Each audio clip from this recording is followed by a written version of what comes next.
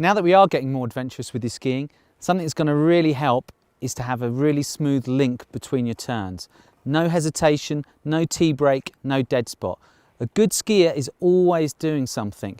So when you're coming around the corner and finishing the turn, we want to see a really fluid link between the end of that turn and then the start of that next one. A good way to practice this is to put some nice rhythmical turns on down the piste. I'm always doing something, there's no hesitation. Set yourself a challenge. Try to make 10 turns in perfect rhythm. Each turn should feel identical and in control. Once you feel comfortable with this, move on to some steeper terrain and even try to increase the number of turns.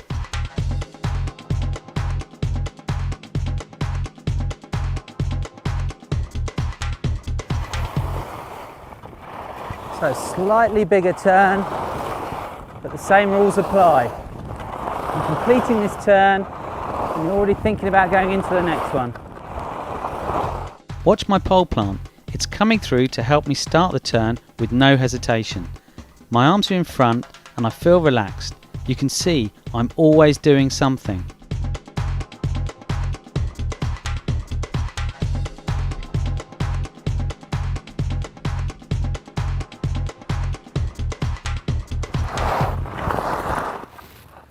Now we've got that working really strong on the piste, let's take it off piste.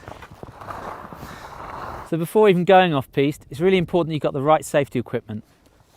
An Avalanche transceiver, probe, shovel, good first aid kit, and remember, it's one thing having them in the bag, it's another thing knowing how to use it. So it's always worthwhile doing a safety course and practicing often, so when it does come, or hopefully never does, you'll be able to do it without thinking too much. And if you are going far away from the piste, get yourself a guide or an instructor who knows where they're going and keep an eye on the weather. Just use your brain.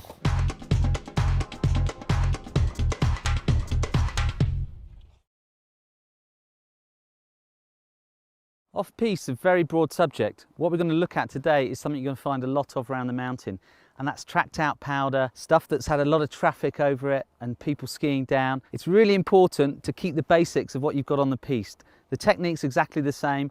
We're going to look at some tactics to help you get this sorted and a good strong body position.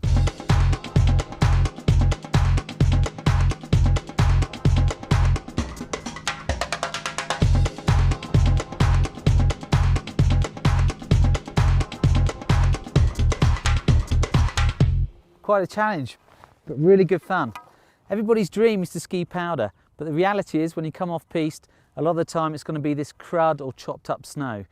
Each turn might feel different, so having a good solid body position is going to really help, and absolutely no hesitation between the turns. As soon as you're ready, go for the next turn. Trust the skis, they're going to cut through this stuff. My arms are in front and a good strong pole plant is helping me link the turns. Once I've finished the turn in control, I fully commit to the new turn without any hesitation. Be really conscious about how you're standing. Keep those arms in front and line yourself up nice and smooth. The chest can face towards the tip of the bottom ski, but if you start to lose your inside hand and getting loose, too much twisting and losing that balance, you're going to really struggle in this snow. Keep the hands there, keep yourself lined up. I'm staying in control so that I don't panic at the start of the turn and feel the need to throw the skis around. Remember, smooth, round turns.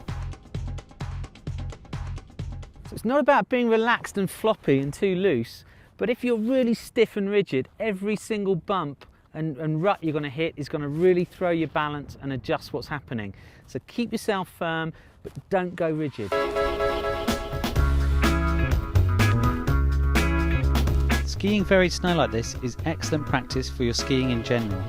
From piste to powder, it's all about getting the basics right, and crud will highlight areas you need to work on. Have faith in the skis. Even though the snow looks really choppy, they will cut through it. Sometimes the snow might look quite flat, but underneath it could be quite choppy. Keep the position there, relax those legs and let them absorb everything. There are obstacles down here, so I'm looking ahead and plotting my run. Knowing where I'm going will give me a lot more time and let me ski the whole slope as a run.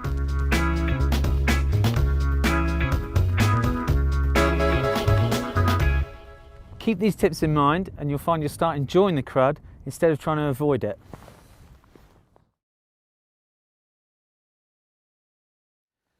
Powder skiing, it's really the holy grail for a lot of recreational skiers. The idea of coming down a perfectly virgin field with snow flying everywhere, it's a lot of people's dreams. But the reality is, if you've got a problem coming down a blue run, it's going to be amplified when you're off-piste. Linking those turns together is really key, and not getting too built up psychologically that it's a massively different thing between that and skiing down a piste. Good smooth linking of the turns and a positive flow. It's a lot to do with rhythm. Link the turns together with no hesitation.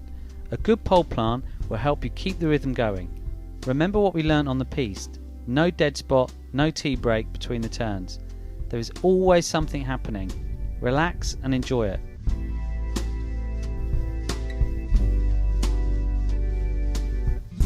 The best way to build confidence skiing powder is on the piste after a fresh snowfall.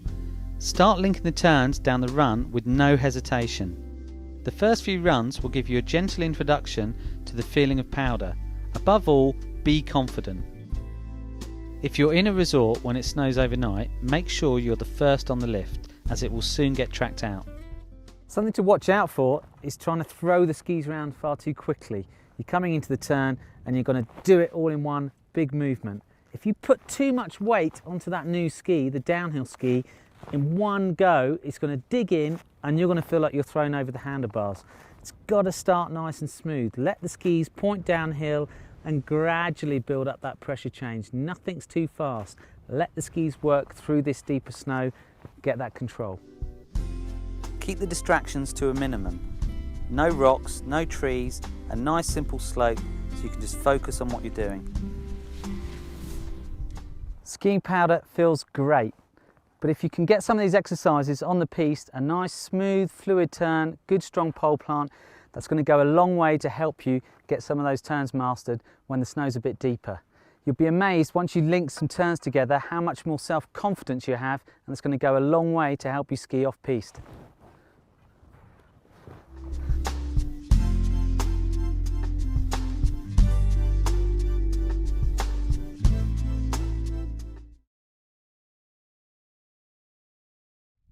Skiing off-piste is brilliant fun, but it does come with its own risks.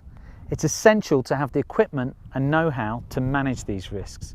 Find the local Avalanche information area to determine risk and stability of the snowpack.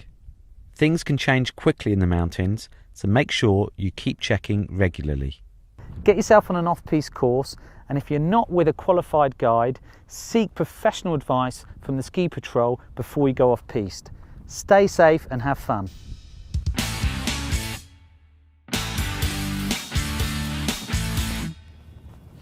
Skiing off-piste can be unpredictable. There's a lot of factors that can change the snow. Wind, snowfall, aspect of slope and temperature. Now, a good skier can come down nice powder and make it look relatively easy, but an expert skier can ski on anything the mountain's going to throw at them.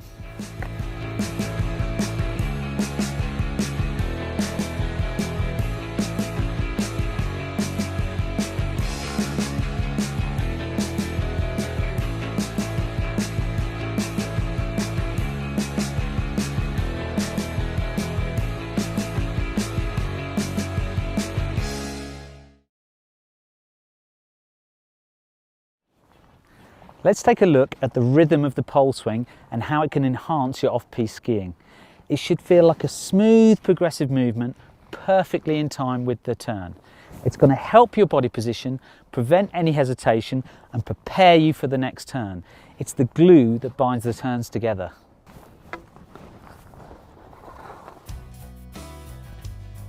If we slow it down, you can see that as soon as one pole has been planted, the other pole is already preparing for the next turn. This creates a non-stop rhythm and helps seamlessly link the turns together. This constant rhythm is even more important in challenging snow conditions. Driving the outside hand through the turn will keep your core stable, improve your balance and help deal with the variable snow. The result, smooth, linked turns.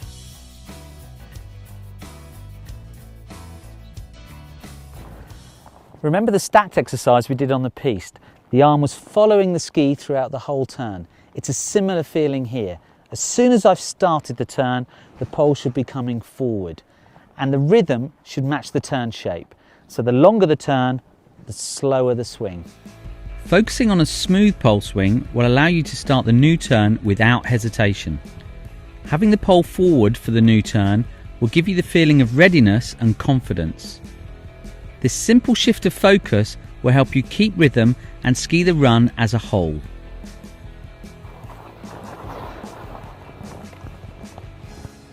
Getting the pole swing right will help you link your turns together in all conditions, on and off the piste. It may seem like a subtle movement, but it will make a big difference to your skiing. Choosing the right line will allow you to get the most out of your run.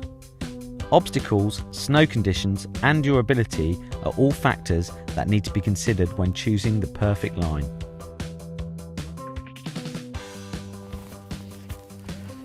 I'm standing at the top of this small chute here and there's a few options on the way in.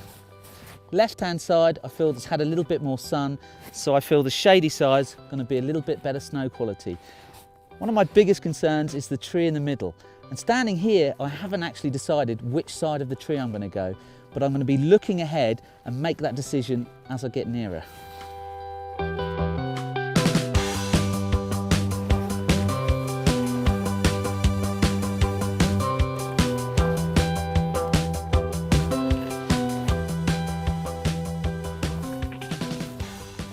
It's worth taking a moment at the top of a run to scan your line. You're scanning the slope for obstacles such as rocks and trees, and before I head off down here I can already see the rocks on the right, small tree on the left, and I'm going to set myself up so I'm in a good position to enjoy the whole run. There's that first turn. Snow's a little bit wind blown.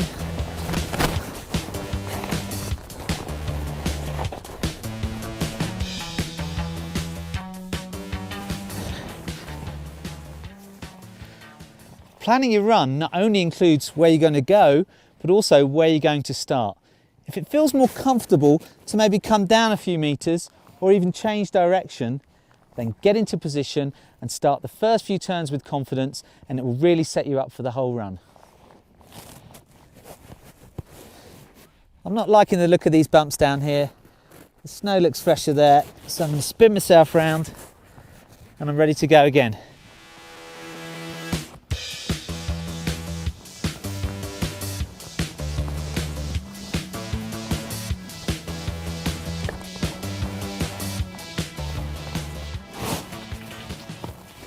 By looking at your line, especially in this tracked out powder or crud, you can often find helpful bumps or natural features.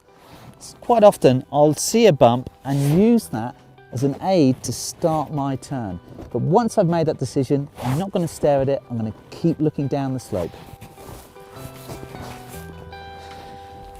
Using these small bumps will help release the weight on the skis and make it easier to initiate the turn.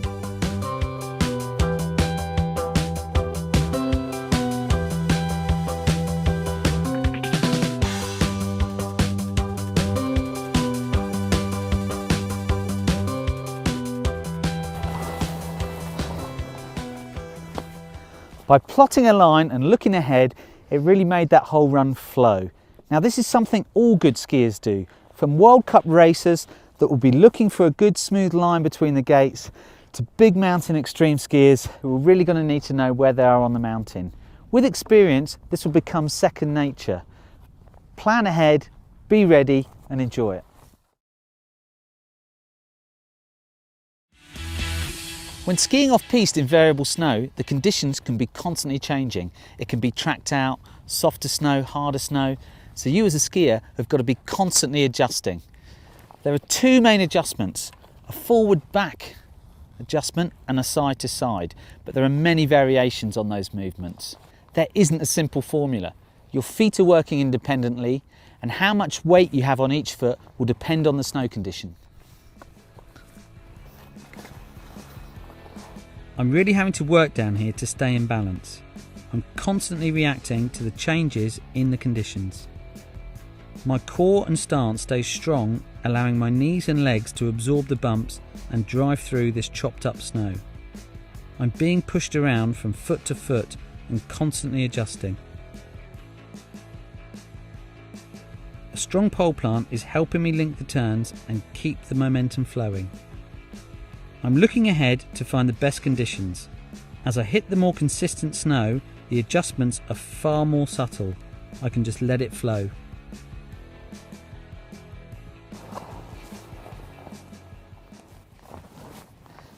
You get a vast amount of information through your feet and legs when you're skiing.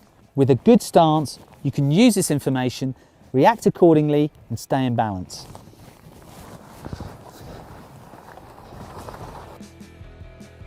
As you become more experienced, your ability to interpret the conditions and anticipate changes will improve.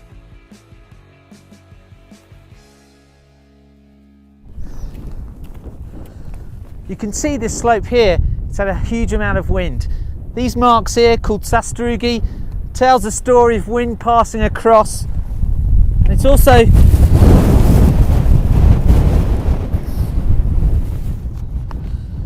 as you can tell just by looking at this slope, it's had a huge amount of wind. These marks here, called sastrugi, telling me that the wind's been coming across fast, and that also creates a bit of a crust, which is going to give you a lot more resistance as you're coming through the snow. So speed is really going to help, and very smooth, gradual movements. The body position is key, the hands in front, and don't forget that progressive pole is going to help you drive through and keep your body in a good, strong position. Let's give it a go.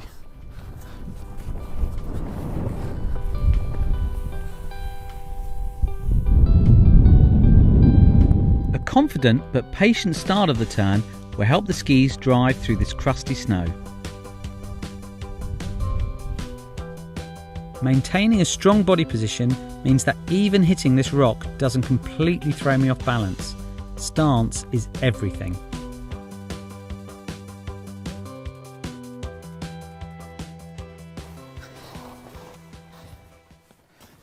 Skiing variable snow is really exciting. It's always changing. You need a good strong stance. You need to be looking ahead and you need to adjust for the snow. Stay positive and go for it.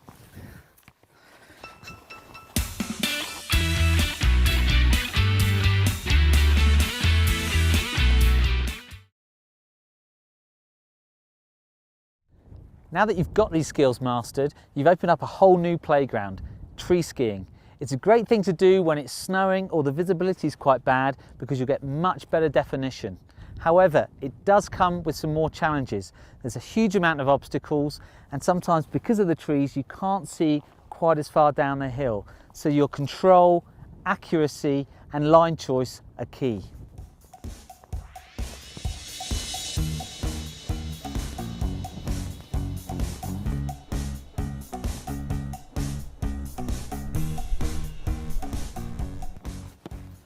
So when you're starting out, find somewhere with a bit of space between the trees just to build your confidence and get used to the whole experience. And remember, look for the gaps and the spaces and always be 1 or 2 steps ahead. Now, if the line shuts out on you and you feel there's no real options, stop, maybe traverse, look for another line and you can get your rhythm going again. And remember, safety in numbers, always ski with your friend.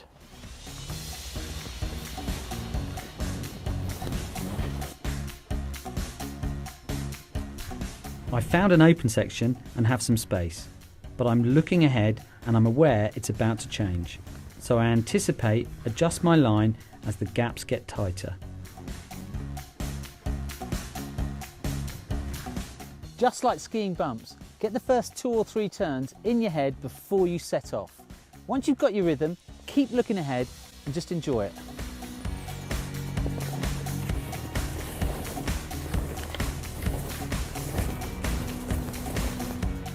Link your turns and be agile. Respond to the conditions and adapt accordingly. On stormy days, the snow can become crusty and wind affected in exposed places. So head for the trees. You can often find more shelter and better snow conditions. I've had some of my best days skiing in the trees. The feeling of floating down deep snow with trees whizzing past you is a real buzz. So get practicing and enjoy the whole mountain.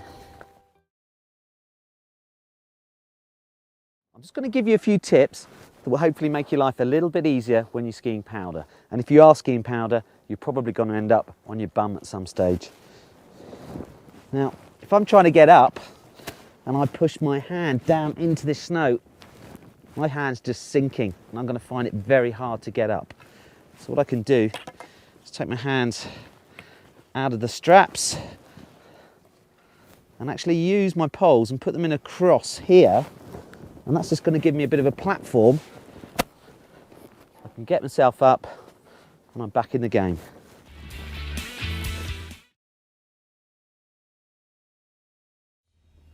A handy way to get your ski back on in powder is rather than put it on flat and keep pushing it into the deep snow, you'll have snow piling in and it can be very awkward to get the ski back on.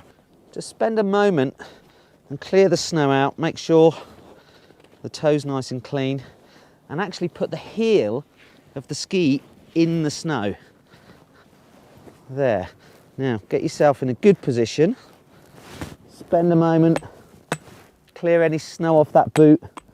Much better just spend a bit more time making sure that's clear.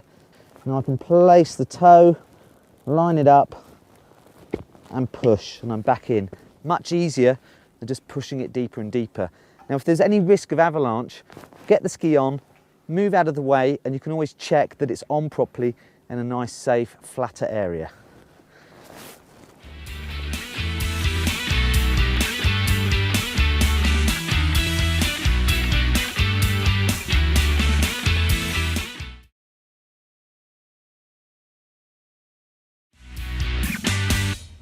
Damn, lost a ski. Now if you've ever lost a ski in powder, you'll know how annoying it is. And if you are skiing powder, it's probably the best day of your holiday. Now you better hope your friends like you, because not only are you going to be wasting your time, but also theirs. But there are some ways to make this easier and, more importantly, quicker. Now the first thing is, you really want to treat this area like a crime scene. The last thing you want is everybody coming in and going over the tracks you've left, because there's a lot of clues there. The other thing that can happen is that they will actually push the ski deeper into the snow.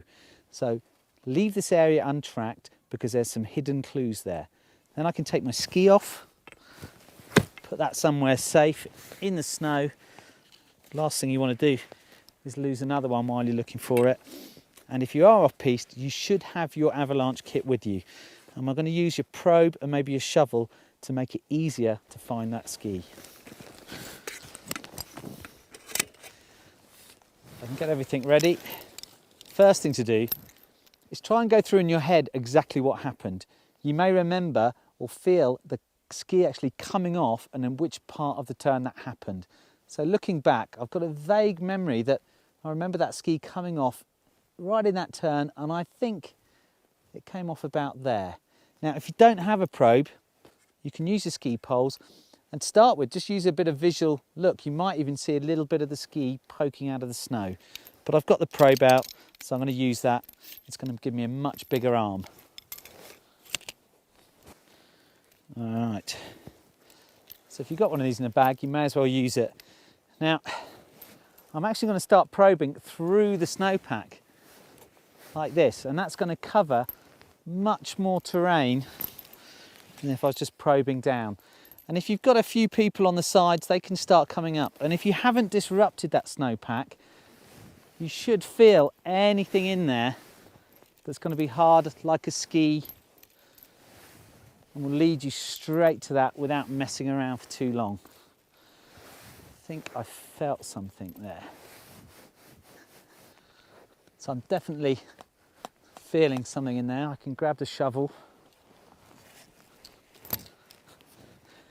And you will feel and hear a definite difference when you're hitting something hard like a ski than when you're hitting the ground. Yeah, definitely getting that. So I can get my shovel. So I'm going to leave that probe on what I think is a ski, and I can start digging. Oh, felt something there. There she is, my ski. Perfect. Now I can just pack up and I'm on my way again.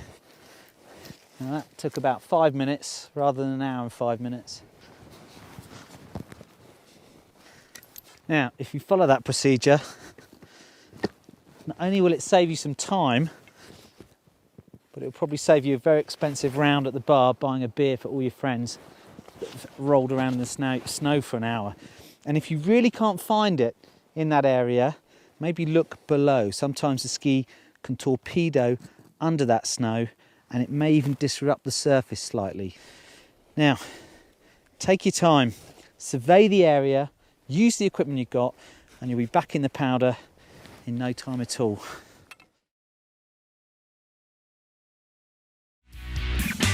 A great piece of safety equipment, and something you see a lot more of on the mountain, is an airbag rucksack.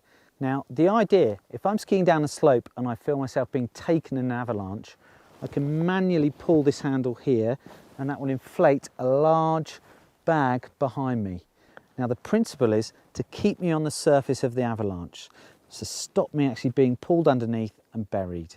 The other two good benefits are it will offer a small amount of protection for my neck and head, and also make me much more visible. So in fact, if I am being taken down an avalanche, anybody trying to spot where I am, I'll be pretty much twice the size as I would be normally. A few things that make this sort of rucksack slightly different to a traditional one are the ways that it's actually held to my body. So all of the clips here and here are in metal, not plastic, to make them a little bit stronger. And also there's a strap that comes from the back of the rucksack between my legs, and it's going to stop that bag being lifted up and maybe pulled off my body. Let's have a little bit of a closer look. Okay, so I've taken everything out of the bag just so you can see exactly what's going on here. So the airbag actually sits at the top in its own little bag. Now, very important, you must make sure that this part is attached properly to the bag itself. And down here we have the canister full of the gases, pressured, so when I pull that handle, all the gases from the canister are going to inflate that bag and it's going to burst through a zip at the top of the bag.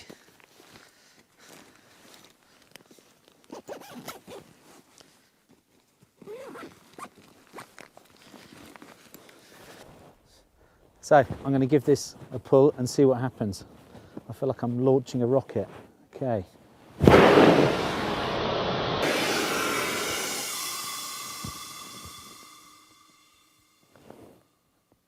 And there it is. So that is going to keep me on top of the avalanche, and as you can see, I'm much more visible.